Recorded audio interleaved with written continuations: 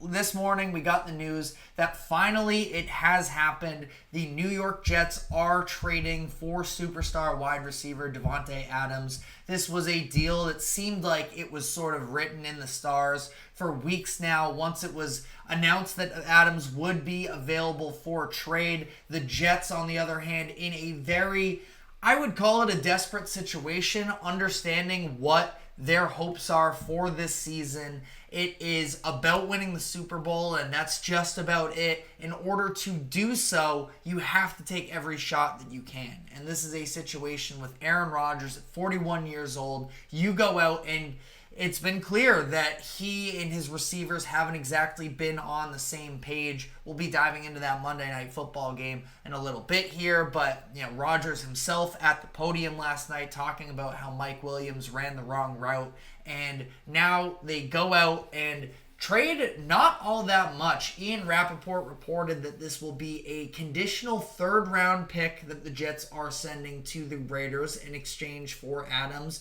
and that it can become a second depending on his specific play. I don't know if we have exactly the details on that yet, but a day 2 pick for Davante Adams is a huge win for the Jets right now. And again, you want to talk about long-term implications and such. The reality is it's all about the now right now for the Jets. And they need to capitalize on a situation where they feel like overall they have the roster talent to be able to make a playoff push. Now they have the quarterback in place, but Rodgers, while he did look pretty good for the most part last night against the Bills, he has had his struggles up to this point in the year, and I think adding probably the number 1 receiver of his career in Davante Adams is just a bit of a no-brainer decision at this point. Does it solve all of the issues for the Jets? Absolutely not. They are still a pretty flawed team in a couple different ways, but not in any sense that I don't think it's not salvageable.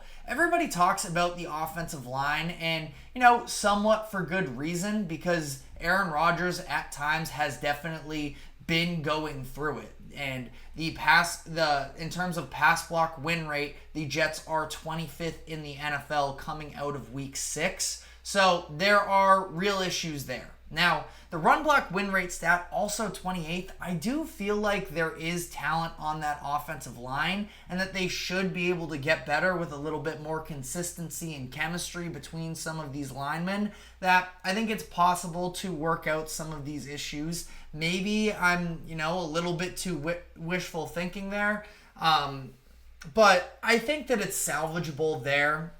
I think that in terms of Rodgers' chemistry with the receivers, Garrett Wilson, we've seen has been a pretty consistent threat throughout this season. Now he's going to get some less looks where Aaron Rodgers has been sort of force-feeding him at times, but at the same time as well, I don't think that it's a bad thing necessarily for the development of Wilson. I feel like that team sort of understands the stakes of what this season is really for. Wilson's still playing on a rookie contract. Yes, at some point he is going to need to get that new contract extension and some of the, he's going to want the stats to back it up to secure a larger deal. But again, I think as long as inside that organization, which has had a lot of moments of shakiness throughout the course of the past couple decades, and especially as of late, I think that if they are all on the same page about truly what this season is for, then Wilson I think he's going to be understanding that he's probably going to get less touches if it results in the offense actually being a lot more sustainable. And then, like I mentioned, that's just the offensive side of the ball. I think there are issues with the Jets defense as well. The fact that, really, I have not been blown away with their run defense much at all up to this point in the season. And, they've had games where they were able to sort of show out, and some of the advanced analytics in terms of their run stop win rate would support that they are a good rushing defense. I have a little bit of hesitations last night. The fact that it wasn't even James Cook that was available for them. Ray Davis ended up being the lead back after Cook was ruled out, and the Bills were still able to run for 150 yards, average 4.5 yards per carry, or yards per attempt, and that was even including some Josh Allen kneels at the end of the game. So, I don't know. I think that the Jets still have a ways to go here, and we still don't really have much info or intel on whether or not, this new iteration of the coaching staff is going to be the one that is capable of leading this Jets team to success. For whatever it's worth, the offense did look, I think, a lot. I think it looked better overall last night. There were still issues with it, I suppose, but I mean, it was the first time that the Jets scored any points on their opening drive of the season. So, I guess there's some upside there, as we do have a comment here from Andre about how much does this trade impact Garrett Wilson's numbers, sort of like what we were just talking about. I mean, Wilson at this point, I would have to imagine, is at the top of the league in terms of targets. He had another 10 just last night. I think he had something over 20 the other day, or the last week. So I'm trying to find target leaders up to this point in the season. I mean, it, to some degree, was not going to entirely be sustainable for the year. That they were just, again, sort of force-feeding him. I think he's at 67 targets through 6 games, where Wilson has been their best wide receiver up to this point. I think that he still will be involved in the offense, because part of the reason for this deal needing to be made is that Wilson has been getting his, but they've been largely, I would say, one-dimensional. Now, again, we're going to very shortly here be diving into the Monday Night Football game in particular, but I mean, Allen Lazard last night, I know that the majority, or about half of his yards, came on that Hail Mary pass at the end of the first half, but I thought Lazard looked pretty good as a whole last night as well. So now you're talking about Adams, Wilson, and if Lazard can give anything to you too as a third wide receiver that can also be one of the best blockers on the perimeter in the NFL as well, you're looking at a Jets offense that has a lot more room to grow. Now, that offensive line is going to have to be better 100%. That for as talented of a backfield as they have, the fact that they haven't been able to, specifically on those red zone possessions around the goal line, where they just do not seem to be able to run the ball up the middle all that much in those types of situations. So really interesting situation, but so that's where we're at on the Jets here.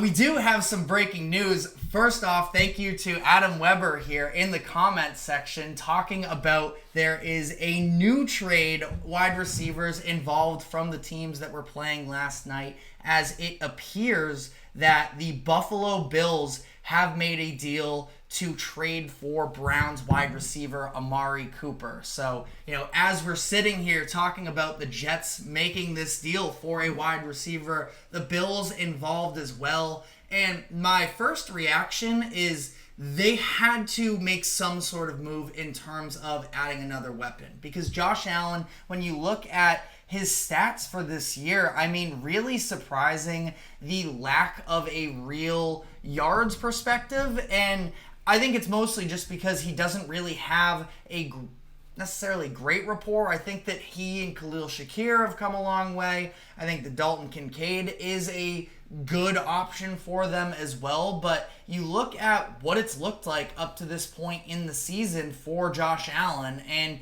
it's been pretty underwhelming with just 193 pass yards per game through the first 6 weeks of the season. And again, there just hadn't really seemed to be all that much chemistry or real upside with the Bills' passing attack. And now they go out and get Amari Cooper, who, has had his flaws. We mentioned on the show yesterday that Cooper, I believe, is leading the league in drops, according to foxsports.com. So, it's not like Cooper is this, this flawless wide receiver that is going to change their offense entirely. But the difference is with them and the Jets, I think that the Bills have a pretty good foundation. They have one of the best offensive lines in the league. James Cook has been a very positive asset to their offense these past couple seasons. Ray Davis as well getting involved last night.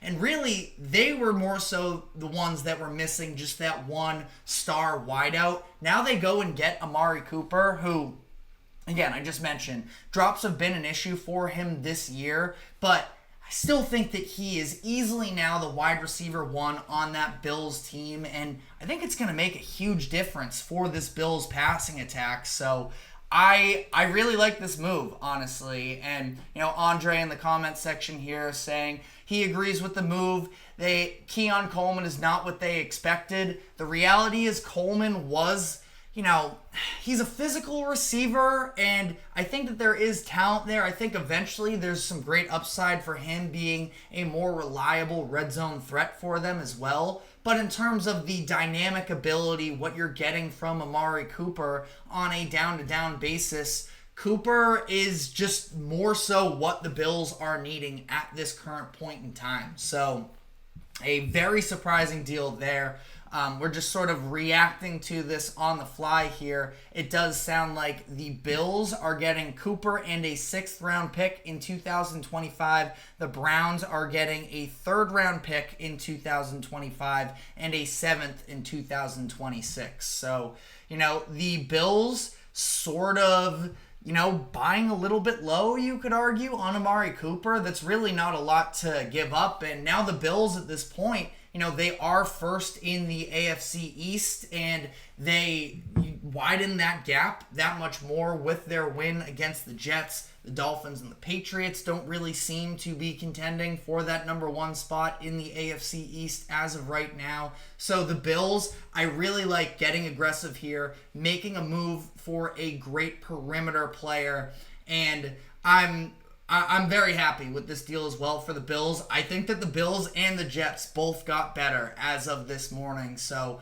crazy that we've had this type of a shakeup with two teams that were already on the docket for us to talk about based off of that Monday night game. And that is what I want to dive into here, as well as, especially now taking into consideration the deals that these two teams have made, going to be transitioning here into the Monday Night Football game itself. And we're going to be starting with the Jets here, talking about their loss, where this game went wrong for them, and what type of situation they could be walking into here moving forward with Davante Adams. But before we do so, we do have a quick fantasy trade proposal here that I want to address here from Cap for Life. He said, I just got offered Devontae Smith for Davante Adams. Do I pull the trigger? Very interesting proposition there. I think I would definitely trade for Davante Adams at this point. I'd be buying stock on him in any area that I can. He is going to get a ton of targets. I think that him and Rodgers, maybe it's a little bit of a slow start week 1, but ultimately this is Aaron Rodgers' offense that he's operating in, essentially. Just kind of calling all the shots at this point. Don't even really have a truly solidified offensive coordinator. So I would be on board with Devontae Smith for Davante Adams. Eagles offense, Davante is still going to get, Smith that is still going to get his targets there, but I would definitely be buying stock in Adams right now. And he also has another one. Do I deal Schultz, Achane, and Darnold for Burrow and Madison? That is a little bit of a grimy deal right there. Burrow and Madison, I'm not really sure what the upgrade is for you there. I'm not sure what the status is right now for Achane and his injury. Madison, I know, had, some looks this past weekend. I don't know if I love that deal. And then Commanders, Bengals, or Eagles defense, if this is for this upcoming week, I have to sort of refresh myself on what the upcoming matchups for each of these teams are, where Washington is playing the Panthers, so that is a great sign there. don't love the Commanders' defense necessarily, but they are also playing a Panthers offense that really hasn't shown much life at all since week 3. So, that's definitely an option. The Eagles as a defense as well, not really a fan of them. They're playing another poor offense in the New York Giants, so that is tenable. And then the Bengals as well. I mean, the options here aren't necessarily great, but Bengals going up against the Browns. I feel like out of those 3 options, I would have the most faith in the Commanders. But again, that's sort of all based off of matchups, and none of those defenses are ones that I would be looking to build around long term. But yeah. With that out of the way, now we are going to be switching gears here into the Monday Night Football matchup, starting with the Jets' loss against the Bills, talking about their perspective. So we're going to be diving into that, but before we do so, we are going to take a quick break. Do not go anywhere. We will be right back.